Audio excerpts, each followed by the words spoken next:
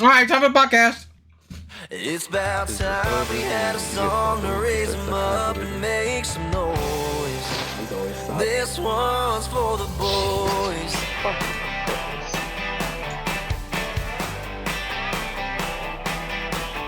I'm singing about dirt roads and... Hello, and welcome to the Boys Racing Podcast, episode 4. I'm here with Cheese, Eric, Cart. I think it's it. Blimp the Pimp. Blimp the Pimp. Gary. Gary's also here, but Gary won't say anything. Gary will chime in via the chat if you're watching. Santa Claus. Oh, and Santa Claus is also here. Can't forget about Santa. Alright, boys. Did y'all do anything crazy this week before we talk about racing? Did we do anything crazy this week? Yeah. Nope. Besides me almost wanting to destroy thousands of dollars worth of heat exchanges, I don't think I've really done anything this week. Lee, you do anything crazy this week? No. Cart, you do anything crazy this week? Nope.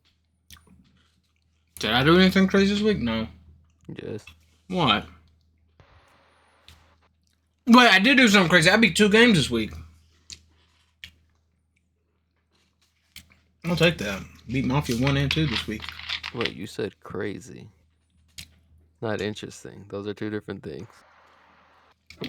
Okay, would you do anything interesting this week? No, not yet. It's Wednesday. True. Well, I ate a whole pizza today. a whole pizza? Like what type? Domino's, DiGiorno? I think it was a Red Baron. Damn, you and J-Fam beat all them Red Barons. They good.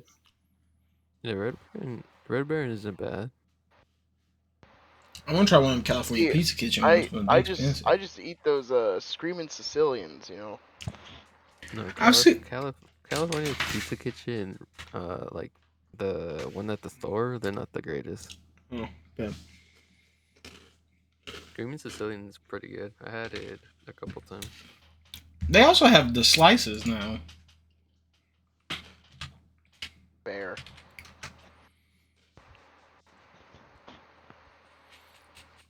All right.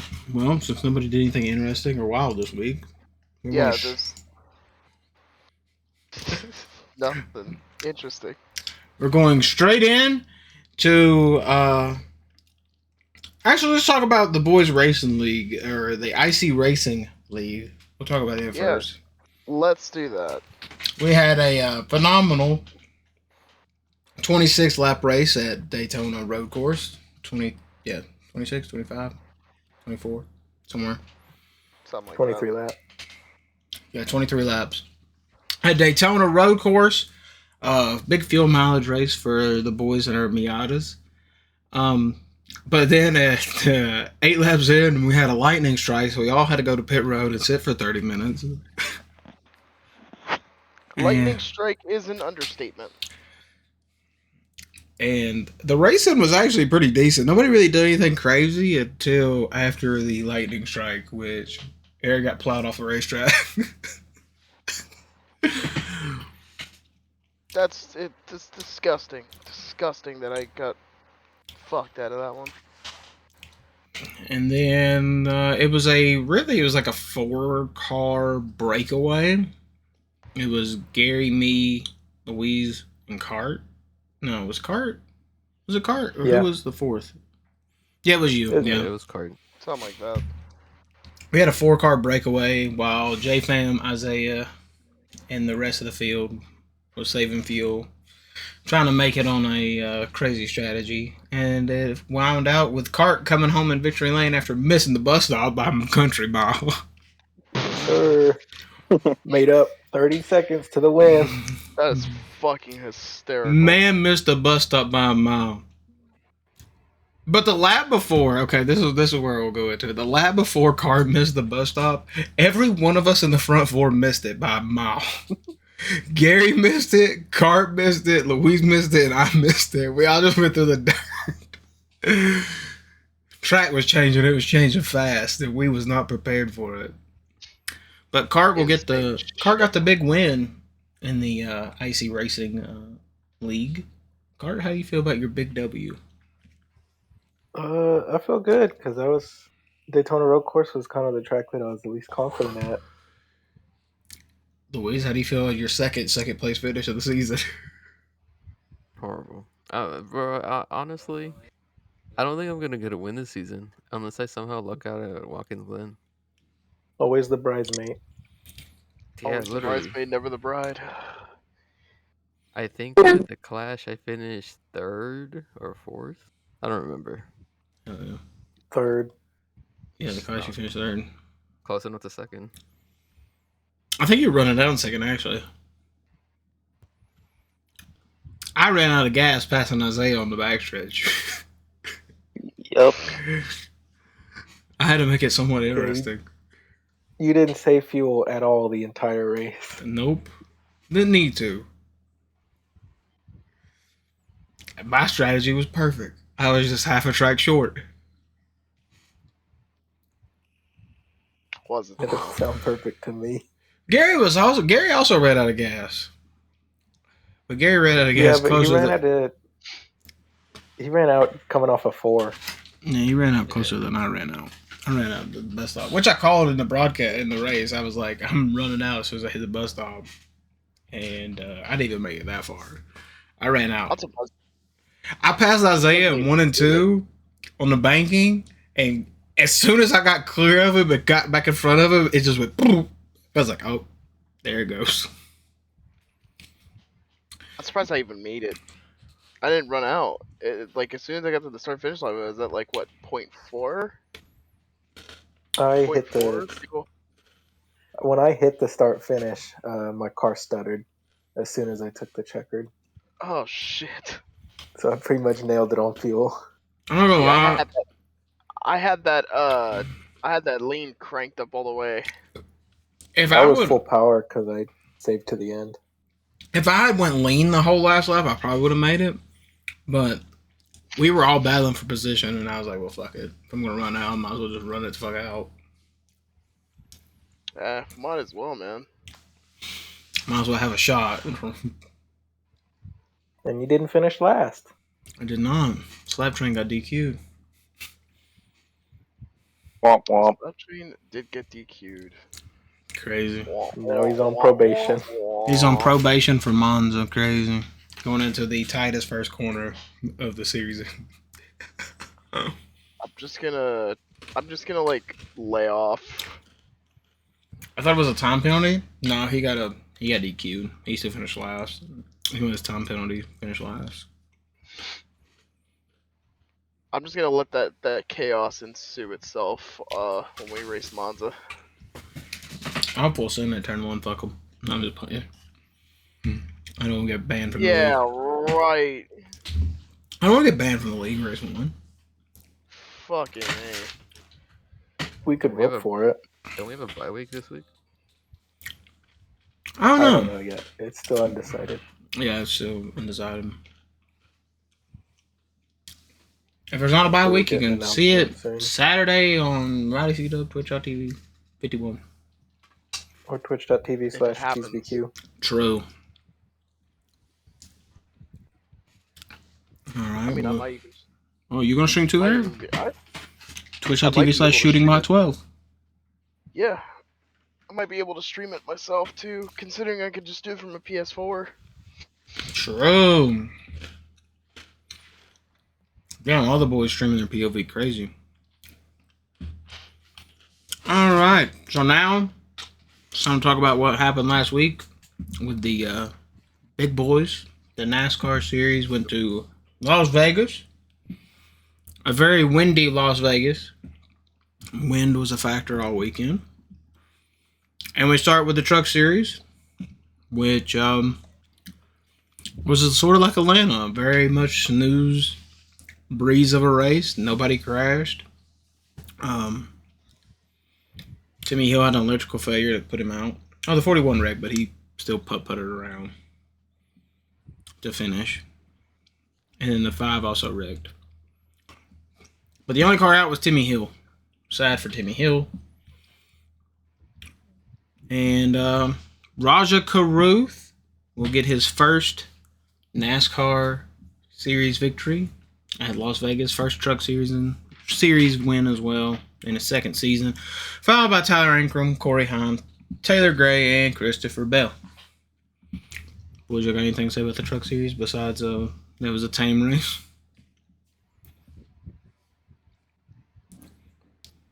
I didn't really watch it that much, honestly. Yeah, Other than it like was the last definitely. couple of laps. Yeah, it was definitely kind of a snoozer, but compared to the past couple truck races, it's definitely been a nice change of pace. I can't really even say anything because I was asleep. I woke up at 1 in the morning to then realize that Raj just fucking won the race. Mm-hmm. Me and I'd J-Fam were super hyped that Raja won. Yeah. I fucking woke up, I looked at my phone, I scroll down and I'm like, this is interesting. I look at Raja won, I'm like, holy fuck! What? But did Raja have the best truck, though? Yes. I watched on his stream, he did kind of a race breakdown, and you could see a lot of the restarts. He'd just shoot off so quick. I definitely think for like the middle part of the race, his truck wasn't the best, but I think overall he probably had the strongest package. Because Kyle Busch did get a penalty, which put him out of it, but I don't think he was really He was running. He was beating Kyle Busch for most of the race before the penalty. Yeah, he was like, Kyle Busch was like second or third. And Majeski also led 40 laps at some point, which I don't remember Tom Majeski leading at all in that race. It was during the middle. Raja kind of fell back in the pack. And I think he got up there, but then Raja kind of caught back up after pit stops and penalties into stage 3. So Raja got his big first dub of the season. The points after the Vegas race. Ankrum is our points leader by 4 over Majeski. He's 8 points over Heim, 9 over Raja, and 29 over Nick Sanchez. Crafton is 6th, Brett Holmes 7th, Eckes 8th, Grant Enfinger 9th, and Taylor Gray is 10th. Anybody shock you out of that top 10? Definitely Brett Holmes. Yeah, Brett Holmes is a surprise.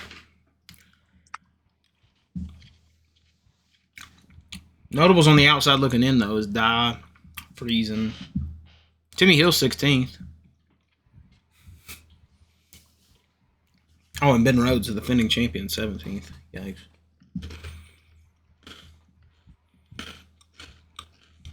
Yeah, really nothing happened in the truck race. Nothing like crazy.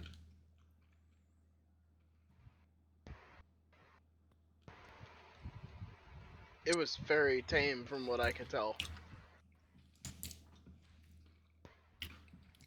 So that's it Yeah, for... like I said, a very nice change of pace from Daytona.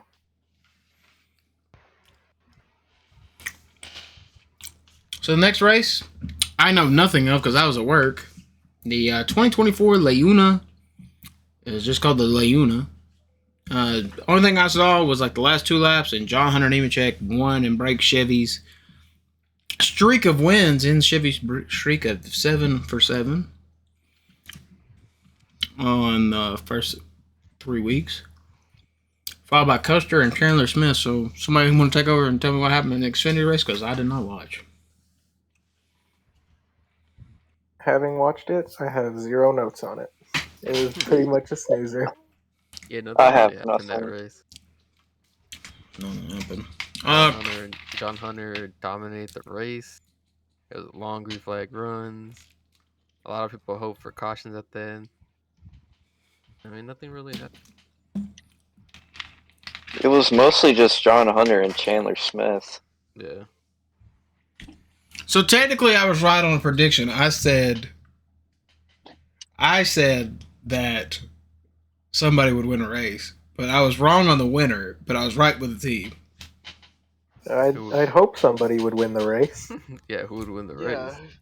race? I said Sheldon Creed, but his team won. Joe Gibbs. We'll take it. I'll take that. Cars out of the race though was Anderson, Sage Karam. So both two of the Jordan Anderson cars had problems. SVG and Sam Mayer. Sheldon Creed did not look fast that race. That's like the only thing that I know. Like he was running around 13th to 15th the whole race. He's not even in the top 10. Sieg's in the top 10, Ryan Sieg. Where did he finish? Sieg's always been good. Sheldon Creed finished 26. Jesus Christ.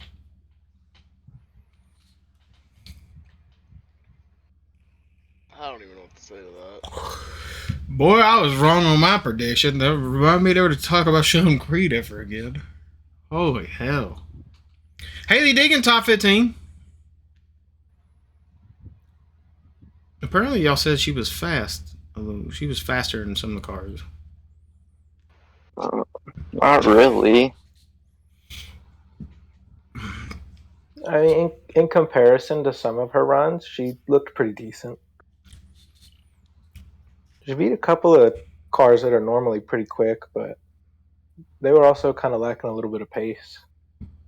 Deegan was like running like outside the top 20 for the first two stages. Yeah, I think that's how they really want her to just ride around and then see what they can get at the end. Eric Almirola, his return to the Xfinity Series, he gets 12th. And he gets us number 19.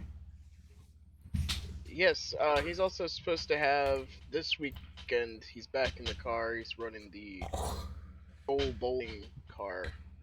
Oh, damn! That's one of his sponsors. Ain't it? Go Bowling. Yeah, that's actually one of his sponsors. He brought it to Joe Gibbs. So yeah, it looks like the Xfinity race was a snooze fest as well. Points. Austin Hill leads Chandler Smith, Riley Herbst, Dinger, Custer, Sheldon Creed, Jesse Love, Allgaier, Sammy Smith, Brandon Jones, Parker Kligerman, Anthony Alfredo. That's your top 12. And then it's Sieg, Resloff, Truex, SVG, Ellis, Brendan Poole, Jeremy Clements, BJ McLeod, and Leland Honeyman. It's your top 20. I don't think anybody's weird in that top 10. That's about normal. Xfinity level. Gibbs, Junior Motorsports, RCR, Colleague.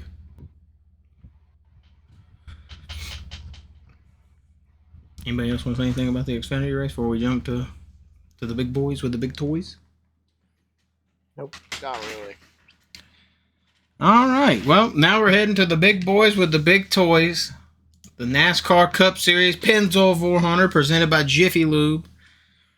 Kyle Larson put a whooping on him. Led 181 laps to win at Vegas. I'm pretty sure Louise picked Kyle Larson. Said Larson was a guy to win the race. I picked Tyler Reddick, who finished second.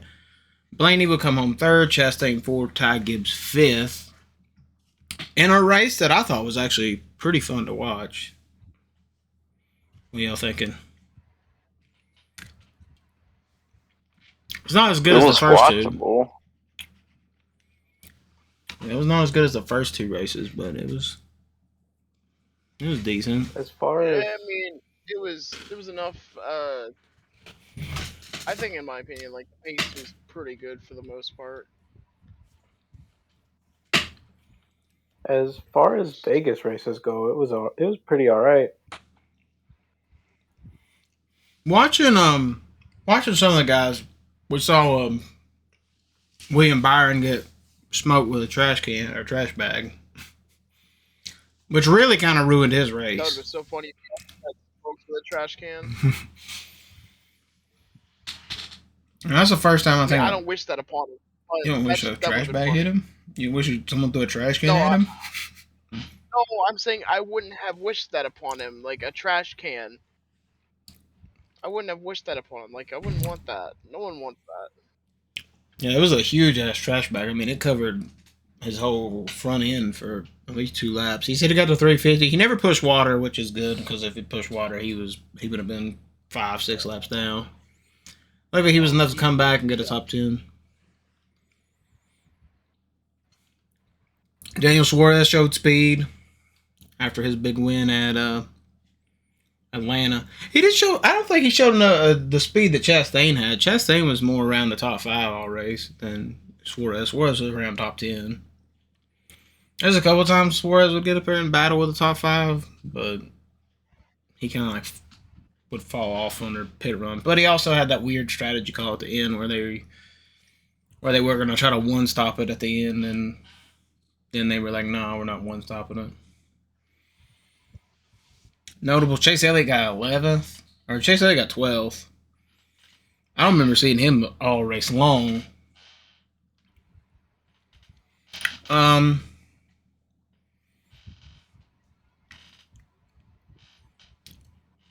Also, I'll bring this up because Gary did bring it up. Noah Gragson, P6, looked like he was at the end the best Stewart-Haas car. At the beginning of the race, it was what's his name, Briscoe.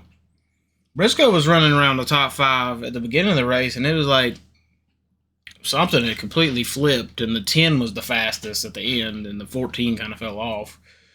The other two Stewart-Haas cars, Josh Berry gets 20th, and I don't even see fucking Priest 23rd. So yeah, Gragson had a good run. Gragson was up there battling with Chastain and Blaney for a podium spot. Oh yeah. At the end of that thing, he looked like his car was really sporty at the end. That's like the thing that really surprised me that whole day was Gregson. Like, he was the last person I would have expected to actually have a good run, especially in that car. First season, and he's actually running pretty decent at Vegas. I mean, with it being his home track and all, but besides the point, that was a good run by him. I'll give him a lot of props for having a good race. Another 2 guys I'm going to talk about too is LaJoy and Hocevar were both in the top 10 for a little bit of that race. I know LaJoy got fucking yeeted by Brad, but him and Hocevar were up there for a little bit as well, battling near the top 10. So it looked like the Spire cars were, more up to pace than normal on a mile and a half. Trying to think. Eric Jones with a 14th, still leading that old Legacy Motor Club in his Dollar Tree car. Didn't see him a lot. They didn't really show him a lot in the race, but like he was there at the end, I guess. Top 15. Ty Gibbs looked like he was the strongest Gibbs car all day. He was just getting fucked over by Denny and Truex, blocking him every time he'd get a run. But I don't think anybody had anything for the top 2. Tyler Reddick, I think I said it when we were doing the reactions on the stream. It was like Tyler Reddick could run Larson down, but he can never like get a big run to like pass him. He can never like get a. I think at the late part of the race where everyone's fucking Abu Dhabi stream was crashing on him, I think he made like 2 moves to the bottom and just lost everything. He lost all of his ground that he made up on the top. All that momentum was just fucking killed. But I don't think he had anything for Larson. I feel like Larson was definitely the dominant car all race long. I was gonna say before, with Byron, I thought Byron was gonna have the car to beat, but after that whole trash bag thing, it really flipped the cards over to Larson, and Larson just ended up just having a rocket ship of a race car the entire day.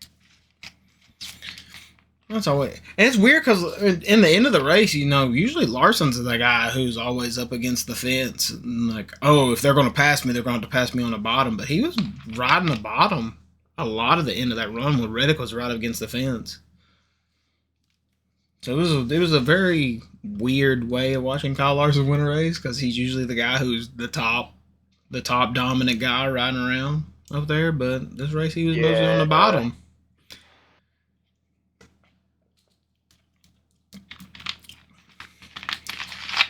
Can we talk about Alex Bowman? Yeah, Alex Bowman finished 18th.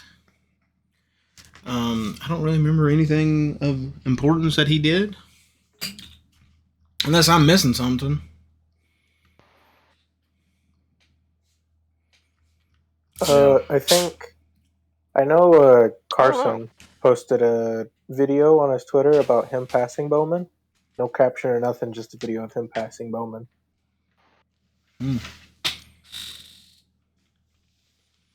Carson says he wants that seat.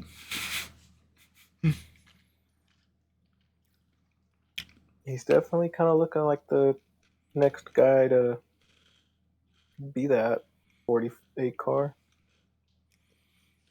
Austin Dillon come home 16th. He was definitely not the best RCR car. That was Kyle Busch. Kyle Busch got a penalty late in the running. That's the second week in a row he got penalized. Yeah. Actually, no, third week. Pretty sure third week. Didn't he get penalized at Daytona too? He didn't get penalized at Daytona. He had the loose wheel, but he drove it back around. Oh. Technically, it was a penalty, but it really ruined his shot to win the 500. But yeah, he's looking like Denny Hamlin. We always make the joke about when will Denny Hamlin speed on pit road. It looks like it's hitting Kyle Busch this season. When will Kyle Busch make a pit road mistake? Derek Kraus led 2 laps for the Kaulig car, even though he was on an alternate strategy. He came home 28th. Cindric went back to normal, 29th. Harrison Burton back to normal, 30th. Corey LaJoie got yeeted by Keselowski, but he was up in the top 15. Christopher Bell blew a tire early, spun, came back and was running top 5, and then spun out again and finished 33rd, a couple laps down. Bubba Wallace got a penalty and didn't serve it and went multiple laps down as NASCAR stopped scoring him because he was pushing Reddick. I think at that point he was just like towards the end I saw he was like 12 laps down. Yeah, he was 13 down. He pulled in front of Reddick and let Reddick stay behind him and save fuel before they pitted the last time. And then at the end, it looked like he was going to be the guy. I'm not going to lie, he did pull up in front of Larson and make Larson use the top. And it let Reddick run him down a lot, but He was trying to pull a driven. yeah, he was. He was definitely trying to help. You remember that scene? My God. Yeah, Joe Tanto going out there and blocking Bo Brandenburg. That's right. Joe Tanto tried to block Brandenburg. That's fucking crazy. Carl, don't ever make me do that again. That was funny. Damn, Bubba Wallace trying to pull it down. Joe Tanto. Does that mean the Tyler Reddick championship is on the cards? Tyler Reddick, Jimmy Blah, 2024. True. Good. Blah, baby. That's a movie. Bo Brandenburg, my goat. That movie. He got hold out of that championship. No, he did not. If he did. No, he didn't, bro. He was too busy on pussy. Joe Tanto and Jimmy Bly should have got suspended for racing around the streets of Detroit. Bro, No, both Chicago, not Detroit. Chicago. Both main characters in that movie. Dude, they were tearing it up in Chicago. That should have been nuts. That should have been indefinite suspension, and that would have put Bo Brandenburg in the win. Bro, it's crazy. Both main actors in the movie were fucking going for pussies in the championship.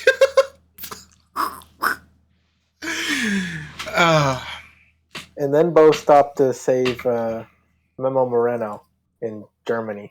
True, he did. If he would have stayed out, he would have won. He would have won the race and probably took a big points lead. Jimmy's a Mickey championship. Want to buy a nose. That's crazy. Joe Tanto finished third in the finale backwards. with a broken suspension. That was a goated movie, by the way. Still to this day, one of the best racing movies.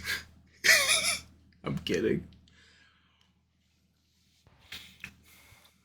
So the point standings after the Cup race is. I'm gonna say this. Oh, go ahead and say it. No, I'm gonna say this. That movie might have sucked, but it's got some quality scenes in there. You can't tell me there isn't quality fucking scenes in that movie. Yeah, there is, bro. Yeah. It's a bad watch, but it's a good watch. It's bad and good at the same time. Especially when Jimmy Bly and fucking Joe Tanto in the streets of Chicago. They drive by that lady's dress and they fucking go back to fucking Sylvester Stallone. He fucking's looking over him. Pull over! Pull over! He dead ass almost took a fucking manhole cover to the face as well. Not only that, right? Not only that, but like the sparks. So when they were going under trailers, I'm pretty sure, like the things. I'm not sure if it was the trailers or it was something. I think they were entering a bridge or the tunnel, with its sparks, and its sparks hit fucking Joe's face, and he's just like, ugh! Hey, bro, he's living his best life. That is just crazy. Crazy work.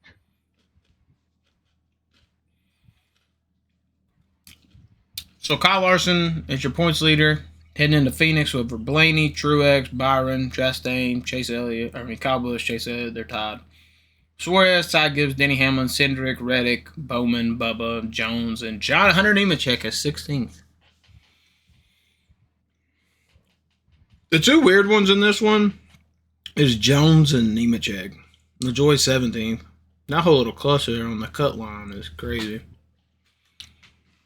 That is a real cluster. Also, Austin Cindric 11th. He probably won't be there for long.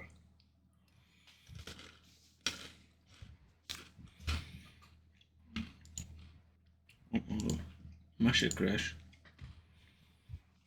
Alright. So, news that broke the day after we did last week's podcast was Dale Earnhardt Jr. says, I'm not coming back to NBC this season, but I will be going and doing the Warner Brothers Amazon deal in 2025. Some fake news came out about Jr. apparently getting in arguments with NBC officials, and what was the other thing?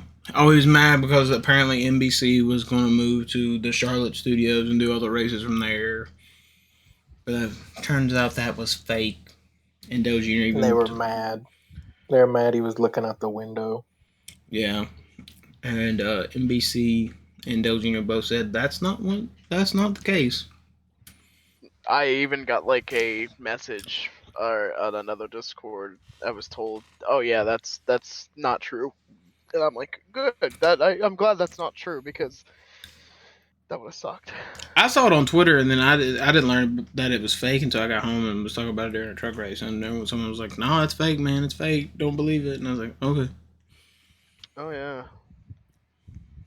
I mean, that shit was steamrolling on Twitter for about an hour. But yeah, Dale Jr. moving to Warner Brothers and Amazon. I think I said it in the Cup race. I feel like I think he wants to have a lot of creative control in how the races are broadcasted, and I think with him jumping on this Amazon and Warner Brothers deal, I think he can have that to how he would like it. And I'm thinking it's going to be a lot like old school. The camera's going to be far away so we can see more of the race. I think we're going to have more stories of drivers throughout the field instead of just, showing the top three for 45 laps.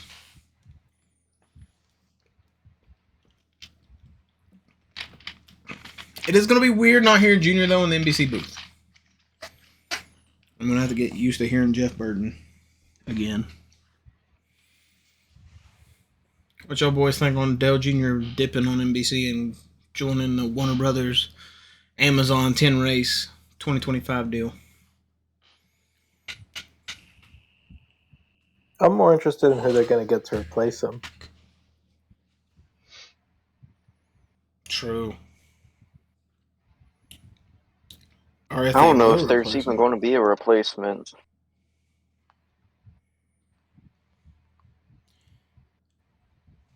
I would like to, if they were going to try to replace him, I think Jamie McMurray from Fox would be a good one. But I don't know how it would be to get him out of that Fox deal. There's a Jamie's couple. very insightful too. So like, I really think Jamie would be a great fit.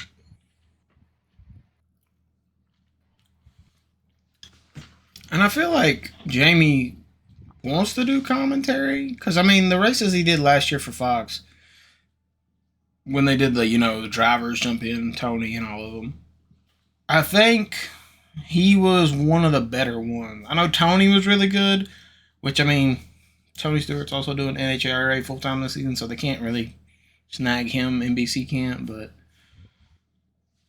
that'd be my top two is Tony and Jamie if they're going to replace him. But I don't think they are. I think it's just going to be Steve, Jeff, and fucking Rick Allen. I keep forgetting his name.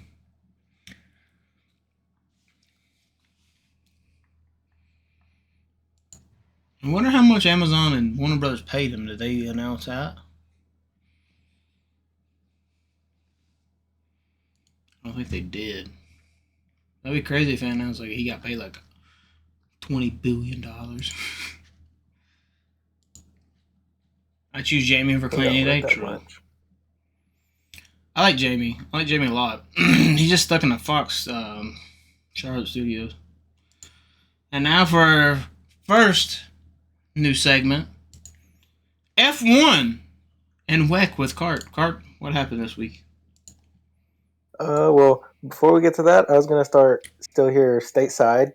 A little bit of news. IMSA announced their 58-car grid for the 12 Hours of Sebring, the largest since 2014.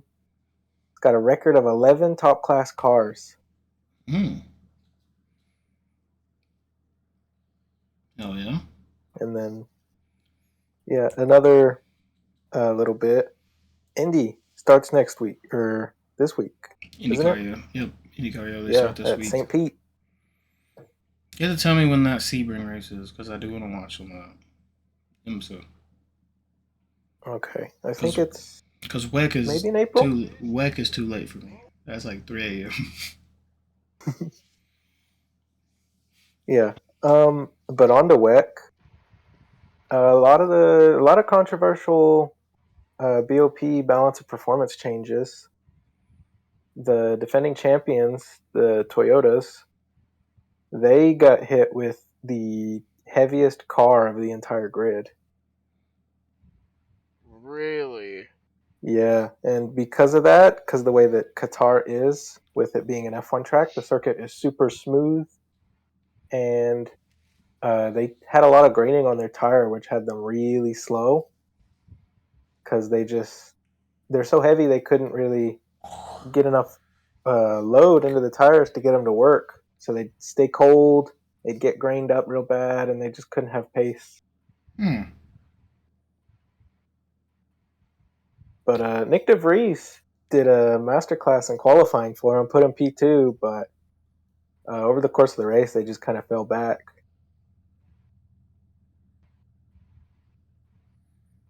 So is it because? Say, I don't know anything about like that side of motorsports. I'm mostly NASCAR, IndyCar, Formula One. So when you say they added a bunch of weight, is it just to the Toyota car, or did they add weight to everybody? Well, they do, depending on how fast the cars are. If a car, like, let's compare it to F1, the Red Bull's super fast, and we'll say the Haas is super slow right now. Yeah. So to bring it back, Red Bull would get a power decrease and a weight increase, whereas Haas would stay kind of the same, maybe a little bit more weight, a little bit less power, and they tweak it in other areas with the hypercars. Some cars get more energy usage, some cars get less.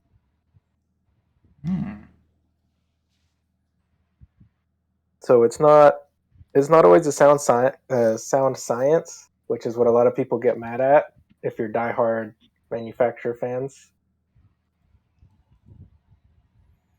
Okay, so Which I get it now. So Toyota was the fastest car last year, and so to make yeah, it sort of more interesting, they gave them the biggest like weight and power decrease or yeah. increase. All right. But Porsche, if you're a Porsche fan, you'll be super happy. Dominance at Qatar. They were pretty much the best car the whole time around, which leads into them having the first big three endurance races of the year: Daytona, Bathurst, and Qatar. Complete Toyota or Porsche sweep.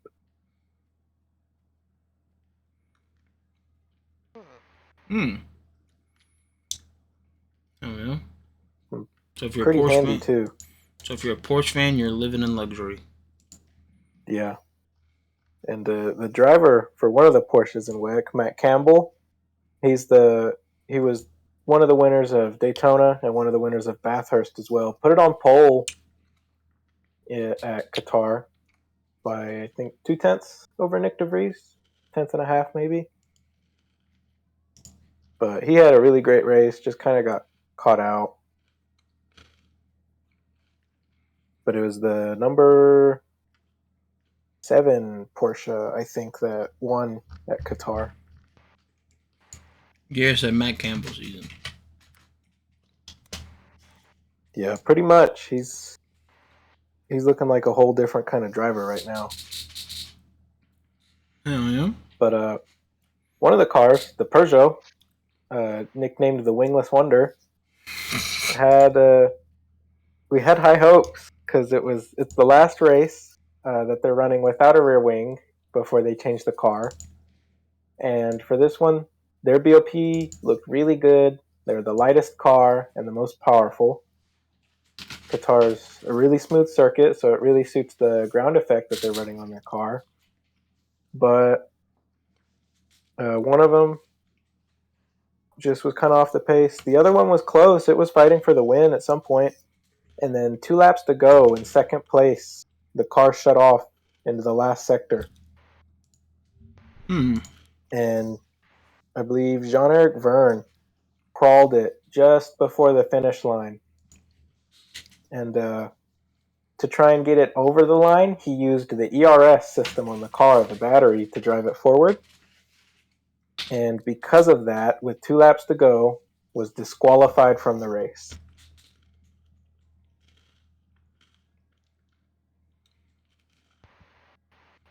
Bam. Yeah, WEC has a very strict rule because the rules for IMSA cars and WEC cars are different. So there is no ERS usage below, I think, 150 kilometers an hour.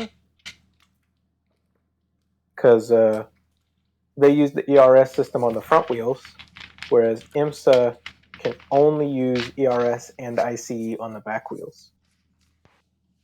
So all IMSA cars are rear-wheel drive.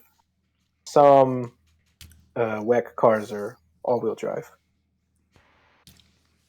And so to keep it equal between the two, they have that rule set in place. And because Jean-Eric Verne was slower than 150 kilometers an hour, got disqualified from second place.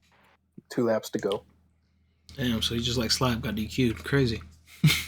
Hmm. Hmm. On to Formula. F2 was really good. These new cars. F2's always put on good action, but Bahrain was really interesting. It was tons of fun to watch.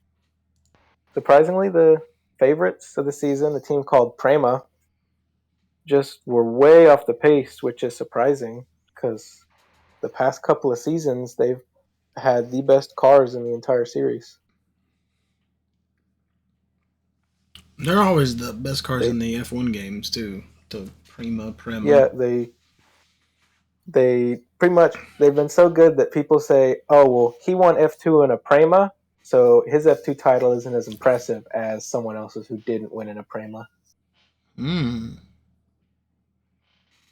One of the drivers, a Japanese driver, Super GT and Super Formula champion in the same year last year, Ritomo Miata, had a pretty good weekend. He's my personal pick for the season. It's who I'm rooting for. He got off to a bad start. He dropped from 6th place to 19th on heading into the first corner of the sprint race. But it's because he hadn't had a single chance during testing and all the practice sessions to launch the car from a standstill once. Oh. So, onto the race was his first time ever launching the car at speed. So Super Formula don't do standing starts? No. Oh. Or, well, they do, but he's never done it in the Formula 2 car. Oh. And you think? Well, I guess they can't really practice, can they, though? Well, F1 has a really strict rule in place of no stopping in the pit lane, which is what guys would usually do. They stop at the pit lane exit and then do a practice start. But F1 has stopped any stopping in the pit lane. Oh, damn. I didn't know that. Yeah, but he crawled his way back from 19th to 10th. He got points that race, and then the next race he just about got points again after kind of getting caught out on a bad pit strategy. He's kind of lacking the short run pace, but his really impressive long run was one of the better cars. But the best car, easy, was Zane Maloney. He's a young kid from Barbados, and I mean, he just destroyed the field the entire weekend. Won the sprint race and won the feature race. What team does he drive for? By seconds. He drives for the same team as Ritomo, the Rodin Carlin cars. Oh, Carlin. I know those cars. Actually, I'm not sure if it's still Carlin. I think it's just Rodin now. I think Rodin bought Carlin out, maybe. I could be wrong, though. But another thing about the F2 cars, because the ground effect now, the cars getting into the corners on the getting into the corners make a really weird sound because of the airflow. When they go by on the broadcast, they almost sound like someone's whistling as they go by. Oh, shit. Which a lot of people don't like. Well, I don't want to hear that noise. I'm going to look it up on YouTube real quick. Here, I'll post a link in the chat to a Twitter post with it. Or in the Discord chat.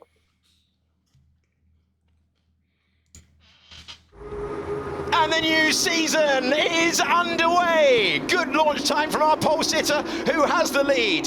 Victor Martins is up to second place. He moves ahead. It's going to be 3 wide in the battle for third as Taylor Barnard drops down. That is brave stuff from O'Sullivan, trying to get in the mix there. That is really aggressive stuff as he fights his way by, and that is very, very tight as well. But a great start off the line for Crawford. It was brave. What the fuck? That sounds weird as shit. Yeah. But it's because of how much airflow they're pulling under the car is causing the whistling. But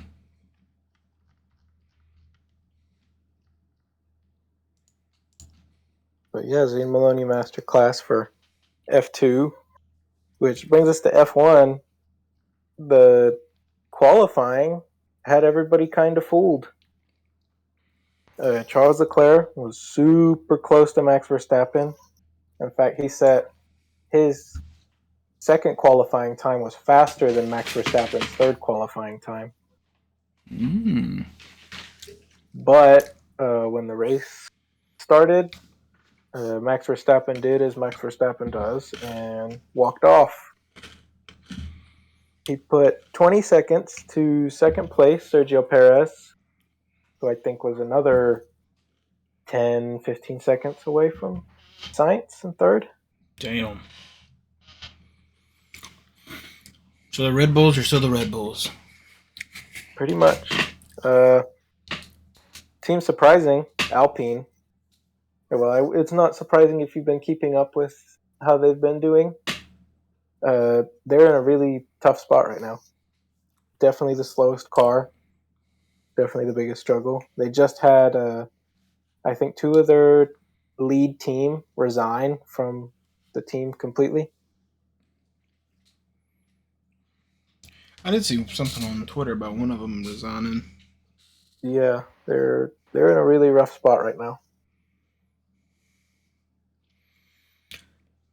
So, what was this whole Max to Mercedes thing that was trending on Monday? Ooh, that's because Max Verstappen's dad, Jos Verstappen, was spotted talking to Toto behind the scenes, and Jos Verstappen also calling for Red Bull to get rid of Christian Horner. That Christian Horner is causing a rift in the team. Damn. So how would Christian Horner be causing a rift in the team when that man has dominated? Some behind the scenes stuff. Oh. To put it simple, because I don't know if we want to get into it on here. He was under investigation for messaging a female coworker, I think. Ooh. Yeah. He dirty behind the scenes. Okay, that's what you say.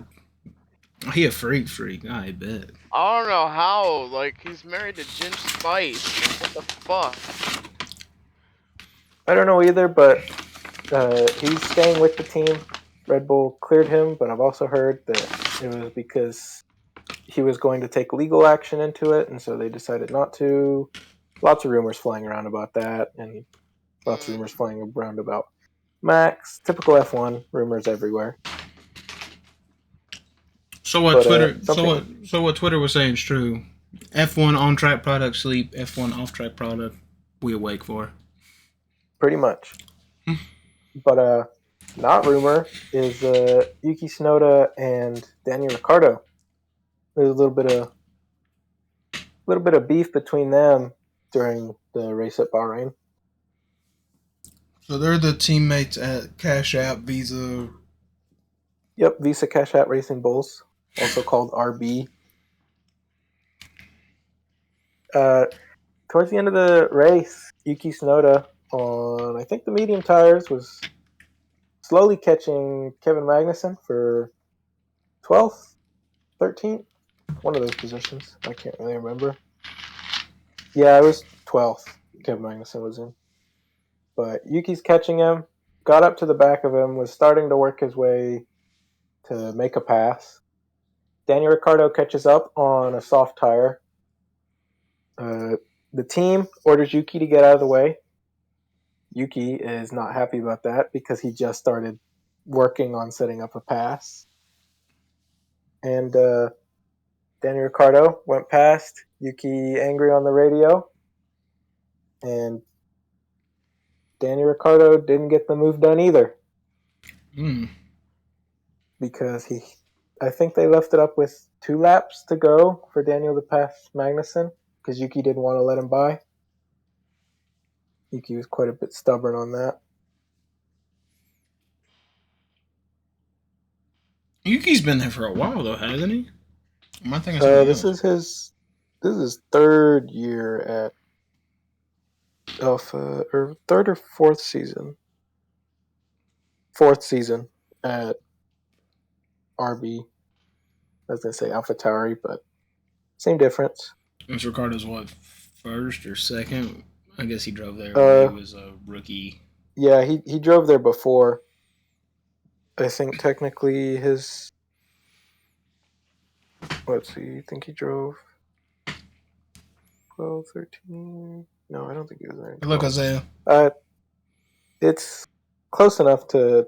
He's had a couple years there, but had to go back after McLaren. But there was a lot of beef. I'm trying to see if I can't find a video of the incident to share to you too.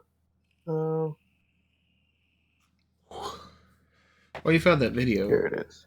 Our America team ran like ass, what looks like 12th and 16th, and our American driver ran 20th. Fantastic. Oh, well, Logan has kind of a few reasons for that. His steering wheel, Williams went to a new steering wheel this year.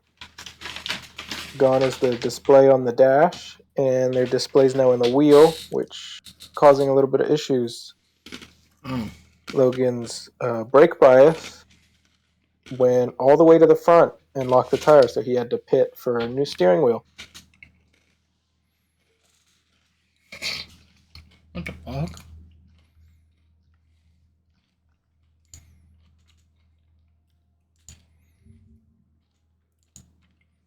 Yeah, Yuki was not happy at all with the team letting him through, or letting Daniel through. And Daniel wasn't very appreciative of the video I posted, Yuki and his antics after the race, and kind of stopping him from getting by so much.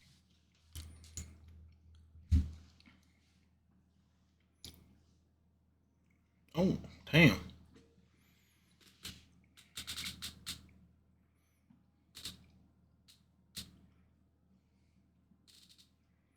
Looks like he came back and tried to like a swipe at him. I wouldn't say that, but I'm very biased. I'm a Yuki fan. I'm definitely not a Ricardo fan, so I'm definitely biased. But it's interesting to see that and to see the difference in, say, NASCAR. Yeah. Because that's super big. People are saying Yuki's never going to get a Red Bull seat because of that.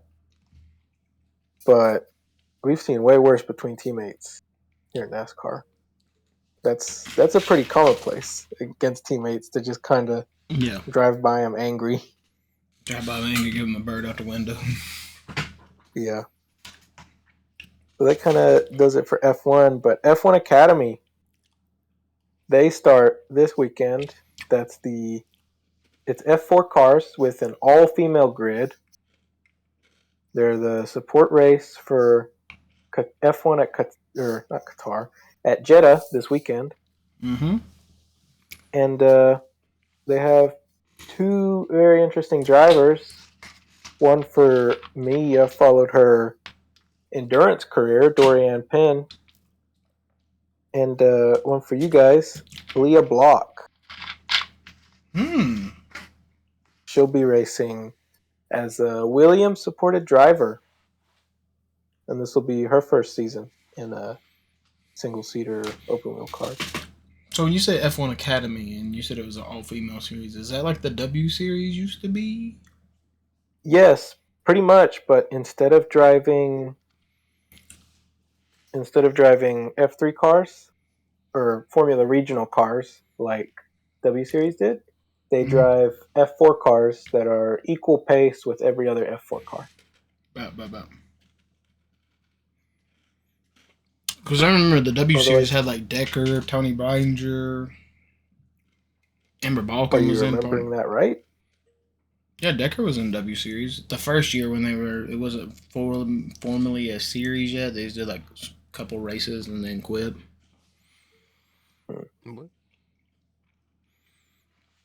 What do you mean? The W Series? I don't think he's remembering it right. I'm pretty sure like Decker was Maybe in the they W. did testing, but Yeah, it might have been testing. I don't think they raced. It might have been testing. Mr. Podcast Man. That's on me. Yeah. He's explaining his NR3 Red Bull team. Yeah. Mm-hmm. He's even confused about that. Jeez. Oh yeah, 20. But yeah, this right here. I don't know if this is true. You can look at that article. I'll post it in general. But one of the rules for F1 Academy is each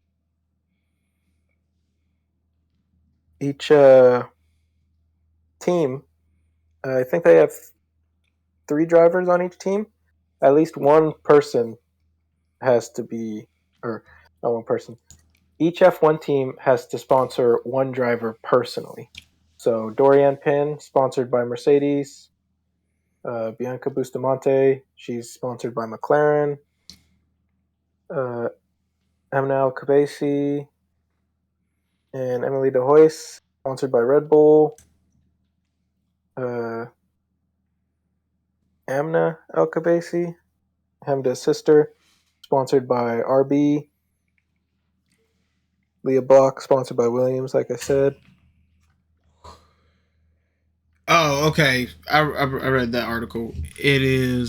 She was one of the 28 finalists who will battle for 18 spots in the W Series for the first year. Okay, so she didn't make it, but she did testing. No. Okay, I bet that. My fault. Mr. Yeah, Door Bumper Clear Light. Okay, buddy. It is maybe shaping up to be an interesting championship. I know Dorian Penn, hella biased because I've liked her endurance career. She's raced LMP2s, done very good in that. In a team of more experienced drivers for, what's their name? It's not Iron Lynx. It's the Iron Dames. They're female Lamborghini WEC team for the GT class. All-female team, Dorian, she's racing that series too this year. And in all the testing and lap time I've seen, she's the fastest driver out of the three, I believe. So, personally, I think it's going to be a blowout for Dorian. She's definitely, if I had to pick one girl right now to be F1 material or even just the best female racer right now, it would probably be her. Yeah. On that side. That's how, yeah. Just in general. Who do you think the best female oval racer is, Cart? I want to hear your opinion on that.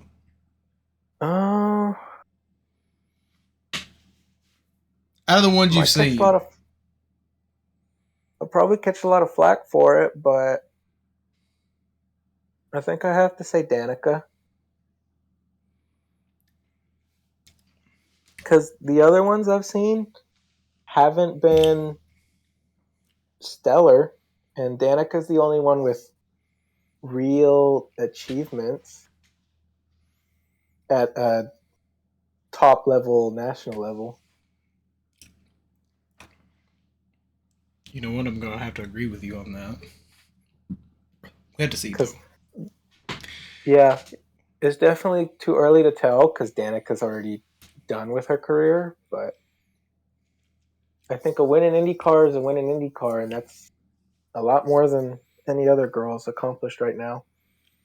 I know there's a couple that's on the dirt side that could do stuff, but I don't think they've got the backing to do stuff. Yeah, I think for midgets and dirt side, Jade Evidizian, I think is how her name's pronounced. Jade She's really Evidizian, good. and Kaylee Bryson's also decent. Yeah.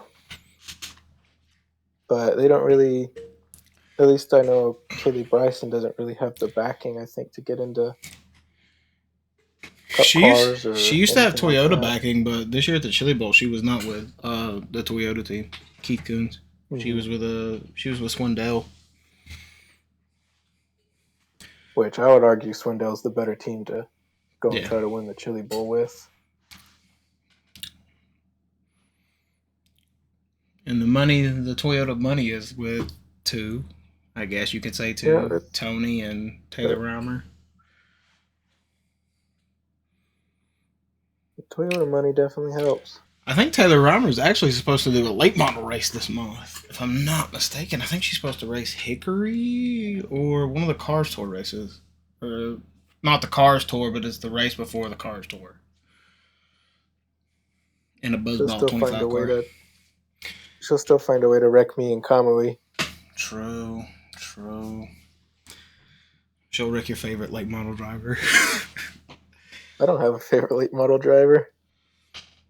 Speaking of dirt, iRacing released Millbridge and the Micro and Rain for the road side of that. I know Gary wanted me to talk about this as well. What y'all boys think about the Honda rumors coming to NASCAR and how apparently NASCAR is wined and dined them at Daytona and Atlanta?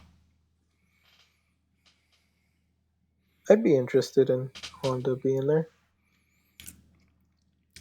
I think they're the. I'm not gonna lie. I think they're like the only ones that kind of fits the current, mold of the body style that comes in. Because Toyota's got the Camry, Honda can bring one of their cars.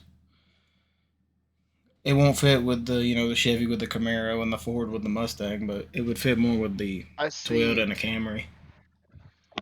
I see a Civic or I don't even know if they still make Accords anymore. They still do. Mm-hmm. So probably the Civic or the Accord would make an appearance, if anything. But do they jump straight into the Cup Series though? Yeah. You think so? You don't think they did the Toyota route and starting the lower level and raise up? I mean, I guess you kind of No. can't with them because the only truck that has a Ridgeline. I don't know if they make that Yeah. anymore. They still do. They do. I would like to see it because The Ridge line actually looks more like a pickup truck this time around than when it originally was released. Because when they originally released the Ridge line 20 years ago, it was more like a Chevy Avalanche. But over time, the design of the truck it looks a lot more like a regular pickup. So you can like pass it off if it ever decides to run. But Honda doesn't make a V8 engine. they don't need to. Yeah, I mean, Toyota doesn't. Well, yeah, I they for racing purposes. I mean, they'd have obviously they'd have to go through a racing development for that, but in their vehicles, you don't really see a whole lot of V8s. In the Ridge line is V6. I think that's the highest it goes with engine performance. I think some of the other like Honda vehicles they don't really do V8s. Yeah, I'm not gonna Do lie. they? I don't think No. I don't think they have to do it because No. I'm not gonna lie. The Toyota Camry that's on the track now, I don't think it has a V8, does it? but in that same kind of branch, Can't they believe didn't have a V8 when they were racing the NSX and Super GT, but they had a custom built V8. Didn't have a V10 or V12 when they were racing an F1. So it's not really limits. In Yeah, every series that Honda's in, they've always managed to build a really good motor. I Yeah, think I don't know why the argument of like if they have a V8 car or V8 engine is always a thing with NASCAR fans. Yeah, I just thought it was a body. You just had to sell the body style. That's how Toyota done it. You sold the body style of the car because even when the they did, Supra and the Camry don't have V8s. because even way back in the day, like when they did the Goodies Dash, they were selling Celicas. I mean, that is different though. We're in 2024. Yeah, but the Celica, did the Celica? I guess yeah, Celica would have had a 4-cylinder engine, wouldn't it? At one point. Yeah, And but let's what be I'm saying, honest. what I'm referring to is like time change. Yeah, like what Yeah. happened in the past happened in the past. And let's be honest, Chevy's got what, 2 cars in their lineup now that have Yeah. V8s? Yeah. The truck and the Corvette. Yeah. Hell, the Camaro doesn't even have a V8 in Camaro doesn't even exist anymore. it. Yeah, true. They're still running that.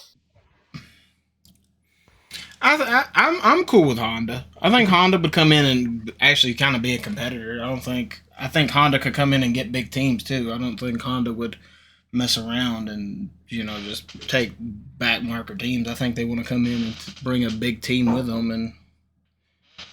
and who knows, they could bring a IndyCar team with them. Wink.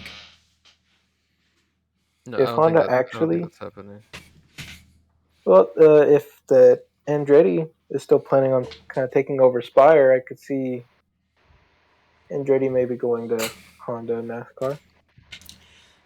The thing though with Stuart Haas is I think Tony wants, and they've been talks of that too. Is Dodge has also been another make that's we want to come back. Oh, we don't want to come back.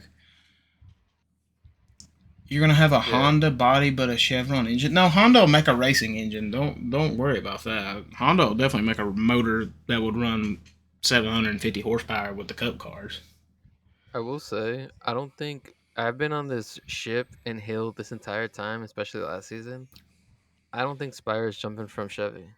It's dumb. It's dumb of them for them to jump right now. Yeah, They especially put because they have they they put have so that much Trackhouse money. and the Hendrix alliance into it. Yeah, they have so much already built into their team. I don't think they jump ship for another manufacturer. No, I don't think so either. So what I don't. team? What It's team kind do of we pointless. think would jump to Honda? Stuart Haas. You think Tom? Stuart Haas for sure. You know, you might. I'm not gonna lie though. You know who might could jump to Honda? It'd be a wild one to jump there, but I Rick mean, could is it jump to Trackhouse? Honda.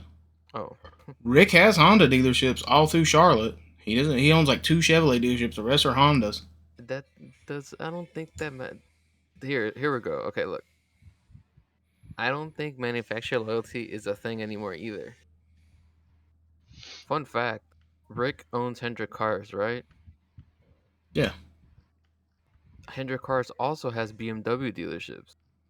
They have Jaguar dealerships. Like all this like manufacturer loyalty and like ties and shit, they don't really make a difference, honestly. I'm just saying. I mean, he could if he wanted to. I think he could do it, but I don't think he'd leave Chevy. He's got too much equity in that. I Yeah, think the it's only Stuart team Haas. see the only team I could really see is the ones that I've seen rumors on, and that's kind of Trackhouse, which I think it fit the bill for Trackhouse to switch to a foreign manufacturer like Honda, Yeah, I've seen that one too. especially and like you said, I know the whole loyalty thing, but with their MotoGP team, they're with Aprilia right now, but I could see them going to Honda if they do well this year in MotoGP. The only reason I say Stuart Haas is because since what is it, Front Row became a Penske affiliate now. Front Row technically now is a top four team, so I mean they kind of just jumped over Stuart Haas like it's nothing. And if you really think about it, Stuart Haas now is like bottom of the barrel. Like they're just a little bit above Rick Ware. They're above Rick Ware. They're Mm-hmm. they're like second to last on the totem pole. I'm not gonna lie. I'm not gonna lie. I think the best Ford team is. And we all know best Ford team's Penske, and I'm gonna put Front Row at 2. The way they've been this year, they're already performing better than what Roush is doing. And it's probably Roush 3, Wood Brothers 4, and then Stewart Haas 5. Well, considering Front Row gets their stuff from Penske now, I'd hope they'd be doing as good as their Penske counterpart. Which I mean, it also now throws that whole Front Row has the whole truck team, and they kind of lost probably their biggest asset in 5-6 years was Zane Smith jumping to Trackhouse Spire. I don't think they really want to lose that again, so that's probably why they went to the whole Penske thing, so they can have Harrison Burton get kicked to the curb for whoever's fast in a truck. Lane Riggs now, but she really hasn't showed much. I think it's too early to tell. It's only the beginning of the season. Yeah, Even I for did Cup say too. I did say 2 years ago. I was 2 almost 3 years ago. I was hoping that Zane would be the next prospect in the Ford camp. However, they fumbled that really bad. Obviously, here we are. Um, I would hope that eventually Lane does good enough to become that prospect eventually. But I'm very doubtful. Yeah, I don't know. But there's another thing I forgot about that's kind of big. That happened also after the podcast last week. Bubba Pollard, short track ace, driving the 88 at Richmond. I think is his only scheduled race, unless there's more. But I know he's racing Richmond, and then Carson Quapple's racing Martinsville. So what do y'all think is about the 88? We know Paludo is in it for the road races. It looks like Junior, Carson Quapple, and I guess short track guys are going to be in the 88 for short tracks and shit.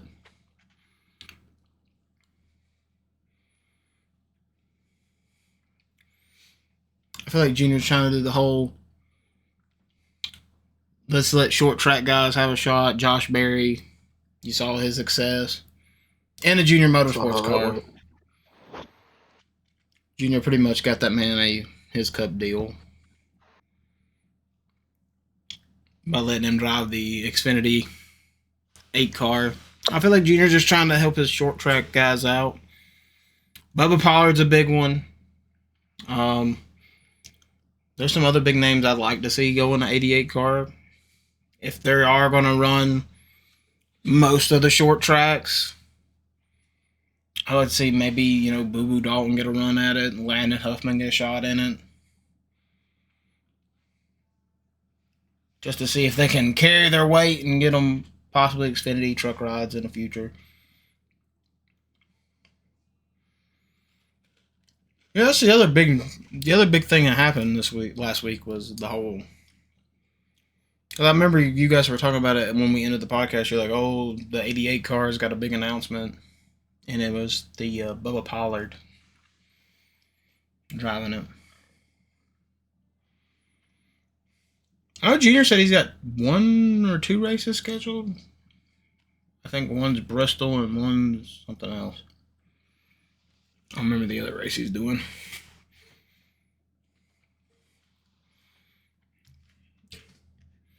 I was going to talk about our fantasy league, but Isaiah had to go do a league race. Isaiah won our fantasy NASCAR race this week. As I don't remember who finished second, but no, Isaiah won, and I was leading until Christopher Bell spun out. Second was me. You were second? Yeah, tied with Cider for second. Cider going for the chip this year. She won Atlanta or she won Daytona? I think she won Atlanta. She won Atlanta. Daytona, she was 21st. I got hoed last week. I got saved. Thanks, Christopher Bell. Tyler Reddick and Ross and Larson clutched up. Yep. Corey was Joey cheating. had another stinker. I wasn't cheating. And we have, what else we have on the docket here? We have the previews for this week. Also, ARCA is back. Yes, Lord. The ARCA Menard Series is back this week. Running the old Phoenix Raceway. Let me open up the old ARCA tab here. My fault. Wasn't prepared. It is a combination race between the ARCA Menard and ARCA West Series at Phoenix. Last year, 32 cars showed up. I think this year they're expecting how many, Luis? 30, 38, 39? For what, ARCA? Yeah. No, they're expecting 45. There you go. 45 is expected for the ARCA race this week. I think it is is it the first race or is it the second race of the weekend? Is it before or after trucks? Friday. Because I know, trucks don't race this week. That's right. Trucks are off. Mm-hmm. So ARCA will be our Friday night main event.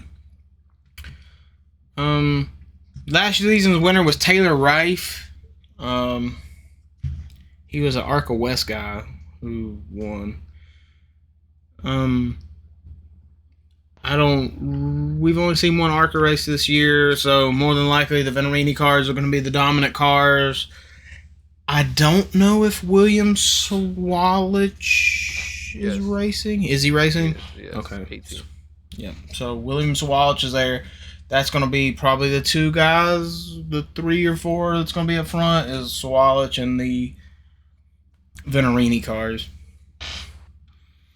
Our boy Brayton Lassiter is racing.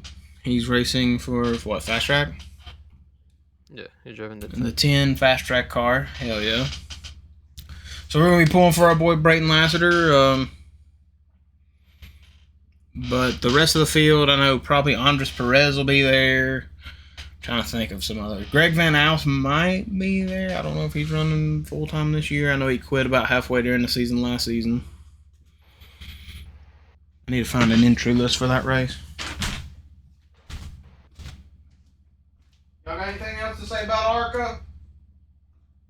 I go P.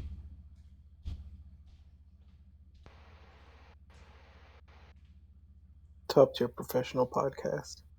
For real. This guy just walked up and left mid sentence. Yeah, you guys go. You guys talk while I go pee. Blaney propaganda is so real right now. That's For crazy. real, he gonna own that 24 merchant. Who? That 24 merchant. I feel like the propaganda for the champ is always high every single year at the beginning of the season. Yeah. It is though, for real. They did that to Joey last year, and then he just fell off a rock. Yeah, he had a stinker. I definitely think Byron's still the car to beat this year. Because every race he's showed up in, he's been good. Over Larson? But I do think that the propaganda is valid for Phoenix for Blaney. One of the better guys there. Oh, he Although, finally wins one. new short track package. True, this is our first test of the new short track package.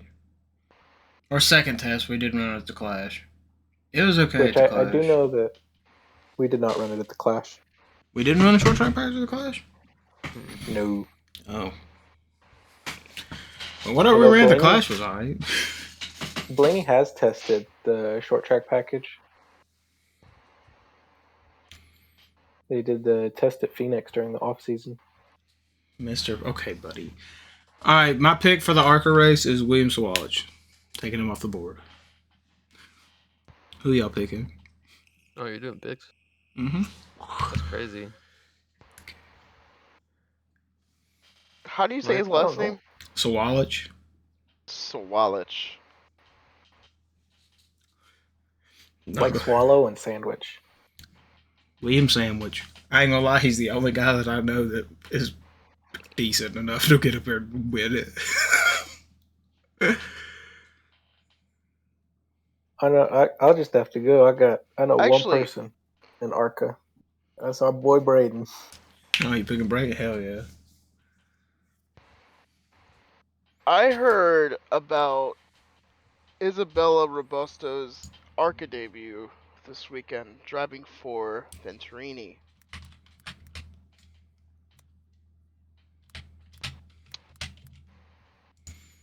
I think she might do alright. I'll put her down as a pick. Marco Andretti's racing. Mm-hmm. Yeah, Marco's also doing oval racing. What is Grant doing there? In Fingers Racing? Yeah, great. Yeah. Oh, Jesus. Alright, well, there goes my pick. He's Yeah, locked in. he's gonna stink up the fucking field. Alright, hold on. Let me pull the entry. I got the entry list up right now. I think I'm gonna go with a car that was kind of strong, and it has been pretty strong recently. I'm gonna go with one of the Max Eagle cars. I'll go with Andres Perez. Mm.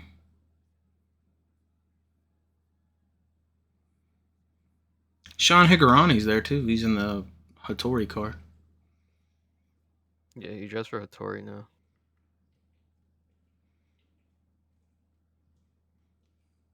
Connor Mosack is in the 28.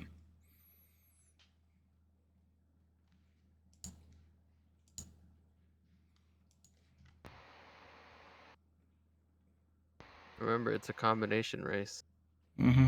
So there are, I don't remember off the top of my head, but there are 4 ARCA cars that are locked in, and there's 4 ARCA West cars that are locked in. And I will say 2 of the ones that are locked in for sure are the Grant Enfinger car because he's a previous champion, and the Sean Hingarani car, the 61, because Yeah. he's a previous champion as well. The entry list says, Eric, that Brayton is in the number 10 Ford. Take that with a grain of salt. I don't have money. So I'm not gonna lie, I'm pretty sure the 10 last year was a Toyota. I'll let you absorb that information. But.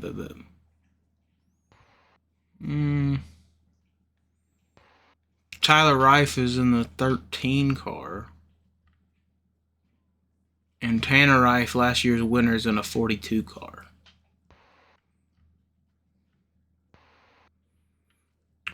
Yeah, I'm taking Swallow. I think Swallow gets it. Hello. All right, and then Willie B in here is gonna pick Trevor Huddleston. Yep. That's his boy, Big Trevor. Oh, the YouTuber guy's also there in the 06 for Wayne Peterson.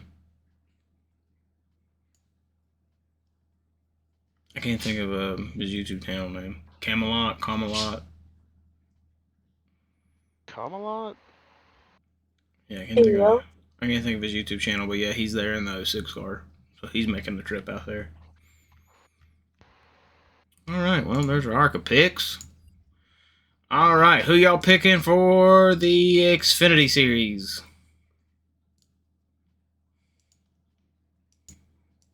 The spring race last year was won by Sammy Smith.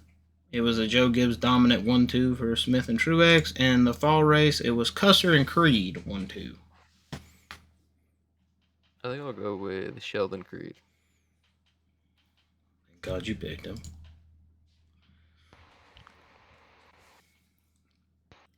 I think Cole Custer.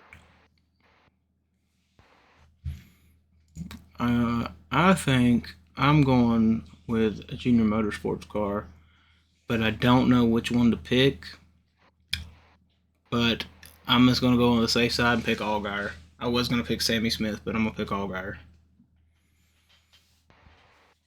Car, you got a prediction for Xfinity? You know what? I'll be the wild card this week. Let's go SVG. SVG. Short track, kind of similar to a road course, kind of. I mean, I'm not gonna say it's a bad pick. You never know. You could get up and do it. Mm-hmm. I was gonna pick you know who, but I'll let JFam say that one. JFM, who you picking for Xfinity? Since you missed the whole podcast. Is Ryan Truex racing? Your guy is racing. No, Amarola. God. I got 2 picks. Riley Herbst or what's his name? Parker. You're not. Wingerman. You're not picking Billy and Byron? You're not picking Willie B? Oh shit. William Byron, yeah. Alright, there you go. Okay. Dodge picks Jesse Love. Wait, Byron's in the Xfinity car? Yep. He's Yeah. in 17. Yes. Oh. I was gonna pick Jesse Love. Well, you can still pick Jesse Love. Wait, Damn. you didn't pick Byron? I forgot he was racing this week. I got confused. I changed I my did. pick. You're going Byron? So, yeah. We'll both go for Byron. Sorry. And that leaves now our Cup predictions. Byron. Last year, the spring race, William Byron beat Blaney, Reddick, and Larson. But In the Cup Series Championship, Chastain beat Blaney, Larson, and Byron. Hey, Blaney. Is it going to be 2 Blaneys, 2 Byrons here? I Yeah. think so. I'm also saying Byron. All right, Corey. That means you got to be Team Blaney. Blaney's Tie it gonna up. Blaney's a second place merchant. What No happened pick at Phoenix Larson. last year? Who's second in the championship? Didn't he finish second in the race? Yeah, but who's second in the championship? Yeah, but it does. It I mean, doesn't. to It be was a fair Mickey though, Mouse. to be fair though, wait, what? Oh no. Dang, Ryan Blaney, Mickey Mouse. That's Mickey Mouse, crazy. even though he had the best average finish of the last 4 races, I'm crazy. gonna. What happened to Willie B? I'm not Wonder gonna he respond folded. any further. I'm not gonna respond any further. But Okay. yes, I will bring this fact up though. Chase I'm gonna Elliott say is known as a Mickey Mouse champion, Oh. and statistically, Chase Elliott had a better championship run than Ryan Blaney's run. Oh no. I know Corey wanted this one. B-L-A-N-E-Y You can- from Alright, USC. I will depart for the evening. Thank you guys. Have a good night. Alright. Damn, I'm sorry, Eric. I don't even know who to pick after that. Damn, yo. Corey's been waiting for me to say that for so I've long. been waiting for this. I've been waiting for this debate for like. No, I won't 3 disagree. weeks. He didn't have a great season, but he was definitely one of the strongest cars round 8 and then the No, last round. Like I've always said, yeah, I agree with that. Yeah. He was the strongest car when it came to it. But I will Momentum. say, but I will say though, when it comes to it, and you look to statistically, you know, that's why the Mickey Mouse thing gets thrown around. Yeah, he But got I mean, lucky at Talladega. in all reality, he turned up when he needed to turn up. Who Yeah, does- it's just what won it for playoff. him. It's playoff format championship. in a Gary nutshell. said, "Just pick a Chastain." This Dude, I'm is not gonna lie. this is hard because Phoenix is hard. good. Phoenix is good for a Yeah. lot of people. It's hard. I don't want to pick regular season Merchant, Chast- Madman, Chastain's Truex. good, yeah. I don't want to pick Chastain's him. good. Blaney's good. Last No. time he won, it was 21, I think. Yeah, I don't think you should pick them. Chastain's good. Blaney's good. Byron's good. Larson, I guess you can give it to him. Yeah, He'll he was probably up there. run decent. Yeah. Larson and Blaney are also. I think there's a couple other guys I can't remember, but I know that they have tested the short track package at Phoenix. You know what? Busher Yeah. did. So I'm I don't know if that'll help them anymore. I'm looking at something on the stat list right here. My notes I've got right here on the screen. Okay. There's a guy who ran 9th last year. If you pick Josh Berry, I'm going to bed. It is not Josh Berry. But I'm not picking him either because now I'm thinking about it. I'm not picking him. You know what? Fuck it. I'm going Denny Hamlin. Oh, fuck. Really?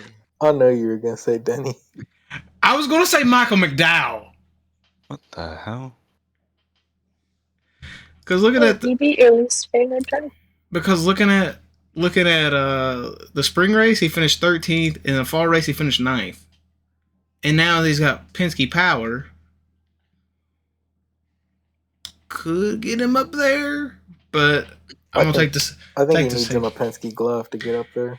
I'm gonna take a safe bet. I'm gonna go Dennis Hamlin. I'm surprised he didn't pick Truex. I was thinking about it, but I was looking at the spring race last year, and he finished like 21st. Roll the edit. No, I'm saving my regular season merchant card for later in the season. Okay, hamster. I'm gonna go with Denny Hamlin to win Phoenix. He also already has a short track win this year, so I'm gonna pick Denny. No, he doesn't. Doesn't He won- count. He won the Doesn't count. Coliseum. No, It does not counts. count. He got lucky. Does not count. Damn, I'm surprised you didn't pick Ty Gibbs. Fuck! Shush. Now you're making me think. Now you're making me overthink here. Oh, it's confirmed. It's locked in. You can't change it. Ty Claves. Oh, Stage 3 fantasy. Locked in. It's over. damn. I guess I'm staying with Hamlin. Hamlin, I'm not gonna lie. Hamlin's always been alright at Phoenix. I guess we'll see if Toyota or some short track merchants or not. True. That's what I'm kind of hoping for you.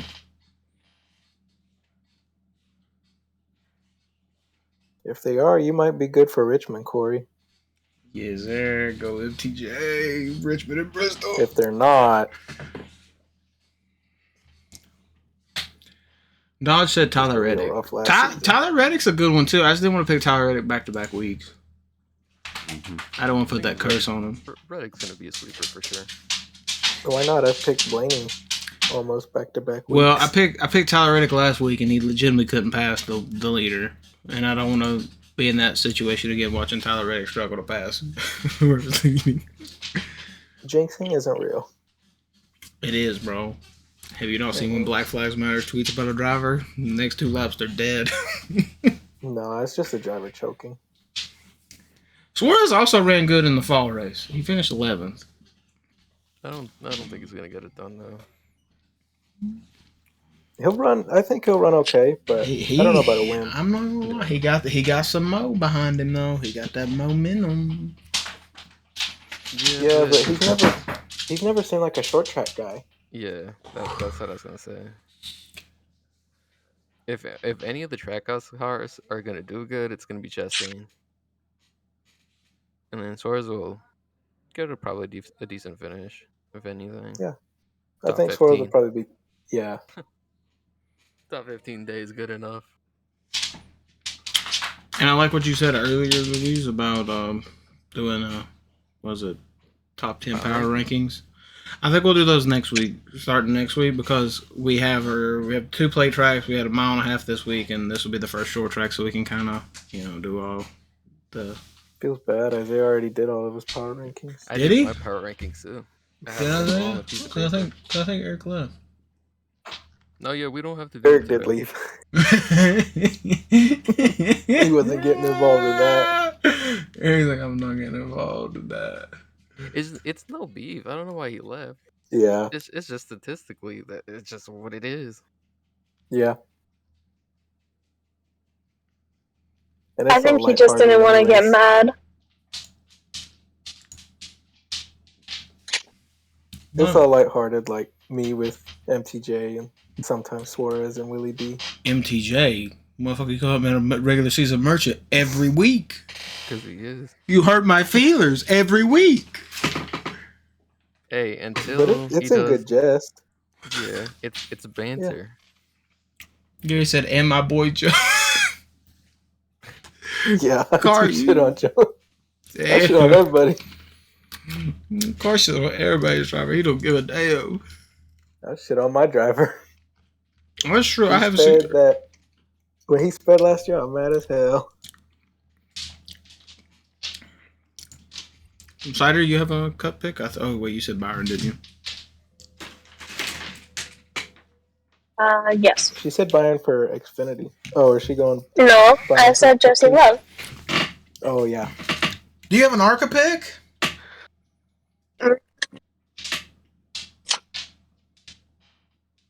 You can say a name, and it probably won't be a bad pick. I already know it. What? What? You already know who it's gonna be? I kind of think maybe, but I'm not. Who do you think 100%. it's gonna be? Big Tone. For Arca? That's not a bad pick, actually. Yeah, it's not a bad fit for Arca, especially with all the cars that are entered. I think she'll have a decent run. Maybe, wasn't she there for Phoenix last year? She got wrecked Like early though. Yeah.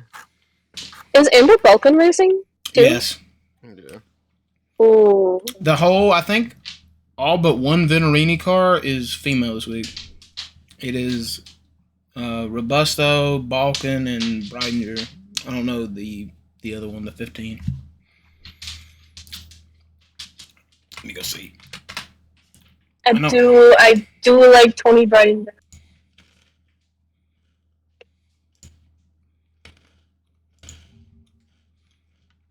The 15 Yeah, is we'll Chris stick Wright. with it. We'll stick with it. We'll stick with Big Tone All right. as you call. JFam, do you have a ARCA pick? Or is what Louise said was your ARCA pick the pick? Mm-hmm. Trevor Huddleston? Mm-hmm. All right. I knew that was coming as well. Is it really? Yeah. He called it. I don't know anyone else there. The other West guys, the Rife brothers. Yeah, the Rifes are there. Higurani. Yeah, but he beat Trevor at Arundel the first race, but Andy J's there. He ain't listening to see God or a checkered flag. Oh. Alex Club's there with Gail Lewis on the back. Takuma Koga. Who else is in there? Grant What Enfinger, about Marco Southern. Andretti? Yeah, what about Southern Kermit? Chris Wright's in it. Weekly Niche. Jack in My Woods in it. No. What about Sean Higurani? Yeah. Okay. Oh God. What about LeVar Scott? Who? LeVar Scott. That's so random. How's he random? He drives the 6. Andres Yeah, that's Perez. random. Todd Souza. Brad Perez is racing? Yeah, he's racing the 11. Damn, bro got surprised. Oh, shit. Yeah, Fast Track, the Twitter tweeted a picture of, let's see. It's like a graphic of like them at a roulette table, right? Oh. And at first I was like, what? This doesn't make any sense. Why are they standing at a roulette table for a Phoenix race? But apparently it's a play on words because one of their drivers is nicknamed Gamble. His name is like Ryan Roulette. Oh. Let me see. Oh, wait. Venerini has a bunch of cars this week. He has Gio Rigario in the 20. Mm-hmm. Are you saying to everything? I don't know. I'm sticking with my pick for Arca, the What about- 4-time California state champion. What about Isabella Robusto from No. Fort Mill, South Carolina? Random ass. No. What about Who? Isaac Johnson? No. Who? Dude, What about Greg Brad Smith? Van Oss is bringing 2 cars? Yeah, he brings the 34 and the 35. What about Garrett big money. Zacharias? Or Connor Mosack? Oh, Connor Mosack is in that 28 car, isn't he? That 28 car was fast, too, last year. Yeah, I was at Iowa when that car won. I don't remember who drove that car last year. Yeah, I don't think it showed up at every race. It didn't. It was mostly an East car.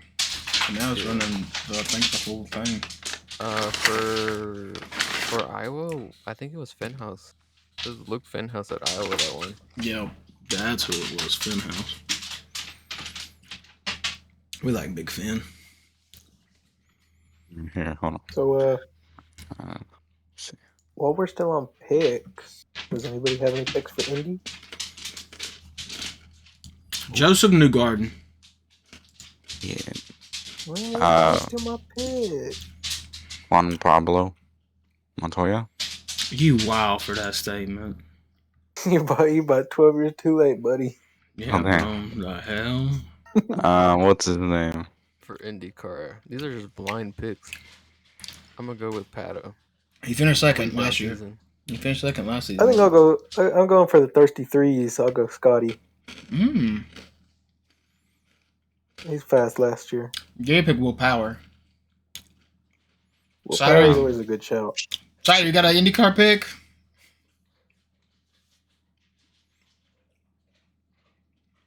Saturday going Pato. No, sorry, I went Pato. Crazy. Kevin, got an IndyCar pick?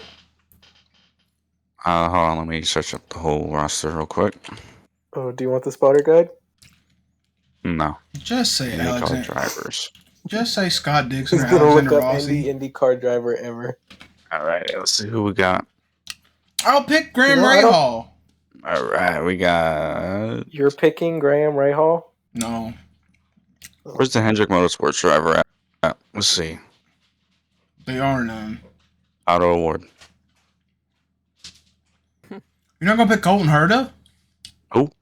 Colton Herta. He drives the Gamebridge Honda. Who? My brother said, who is crazy. Oh, you missed the house on some fire earlier. Oh. All right, I think that's it for IndyCar. F1's not this week, is it? Yeah, Yeah. that one. Oh, They it race is. at Jeddah. Oh, yeah. Yeah. Well, I know who I'm picking for Speaking of Jeddah. F1, Huh? Speaking of F1, did you see that crazy circuit they're trying to make? Oh yeah, we should talk At, about that. That 20-story Kitty fucking or whatever turn. it's called. Yeah. It's for their whole project. It's like something 2030. I forgot what they call it. Yeah, they're building like a whole city, and aren't they gonna Yeah. base like the track around it? Yeah, that thing is insane. Yeah, but they said one of the I think- corners is 20 stories in the air. Yeah, it memes literally is. aside, I don't think it's as bad as everybody says it is, because it is elevated. It's up on a kind of a bridge area, but the elevation isn't that bad, it seems like. And there's so much runoff.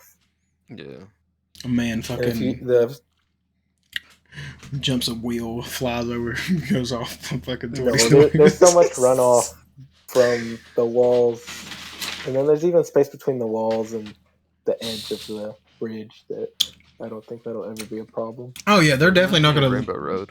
They're definitely not gonna send Yeah. somebody in there. I mean, even someone breaks hook, there's gonna probably be a wall before you go dead off 20 stories to your death. You'd have to really fucking fly out of there. Yeah. No one called Roman Grosjean. He went through a guardrail once. Yeah, but, Ain't that right? but if there was that accident at that track, then he wouldn't fly off. No, he'd be be done fine. before. He'd be done before he even made the 20-story fall. Damn.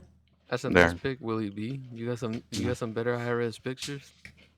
I can check. There, Corey, check Discord. You want to see what my Arca pick is? You can check Discord. It's right there. Wait, you gotta update the car.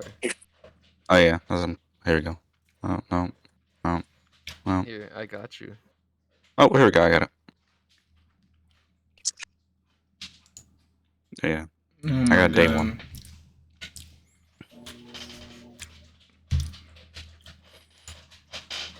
I don't know anything else rest of this week. I know Sebring's next week. 2 weeks. The UFL started. Oh yeah, United States Football League. Go Chargers. Go Chargers. Where do you get all these pictures from?